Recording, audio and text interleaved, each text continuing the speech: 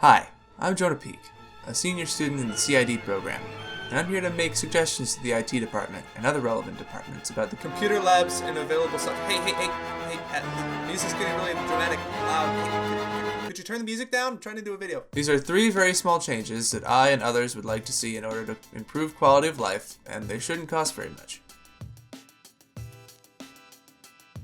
As a student in the CID major, we get to see a lot of this classroom. Donovan 2147 is both the biggest computer lab and classroom for CID majors, and it's a great resource. The computers here are great, the room provides a lot of space to breathe, and I love working in here.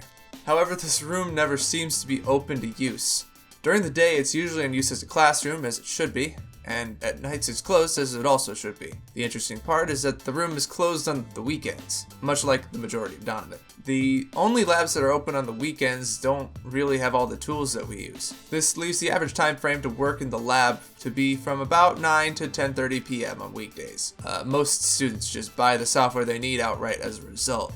Well, one thing I've noticed is as a game design student, I often have to use different programs to make games, and the only place that they offer programs on the computers is upstairs in Donovan in 2147, which is a classroom and is almost always occupied, and it's not open on the weekends. So if I were going to want to use the programs that the computers have, I'd have to sit in during someone else's class time. So for me, I've had to buy most of the programs myself, which has been kind of hard because there's not really a place to go and sit down and work on classwork for gaming classes unless you buy your own programs.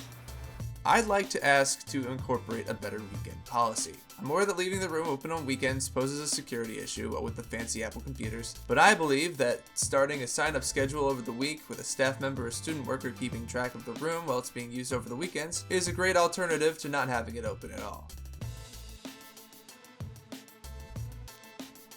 It took me 3 years of attending SUNY Poly to realize that I, and probably every student here, had an Office 365 subscription as well as G Suite. Even then, I only found out because I looked deeper and then 2 pages into the IT website as part of my job. It is my humble opinion that this information should be more widely known, as I'm not sure that all the teachers know this either.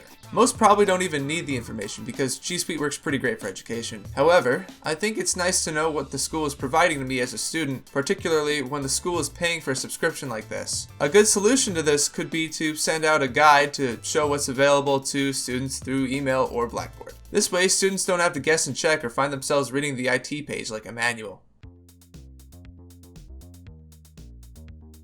Another use of this guide could be to provide a resource for students to learn how to install software they need to use on their own computers. Here's a friend of mine relaying his experience installing ArcGIS on his own laptop. Before we just got the program, I couldn't really understand how to install it, so I went to the teacher and asked. After 4 times of both of us not really understanding it and not having the program for almost 3 weeks, we found it, a guide on how to actually install it on a different college website. But if our college had that, instructions on how to install these different programs that we need, wouldn't have had to look so far and not really had the resources to use it. I tried to help Justin with this problem, but the ArcGIS website was particularly unhelpful with his installer disk, and the documentation included on the disk was even worse. The school he eventually got help from was in Australia. The proposed software guide could include more information on how to install software used in class, as well as troubleshoot some common issues. I feel like this would be a big resource for many students, including myself.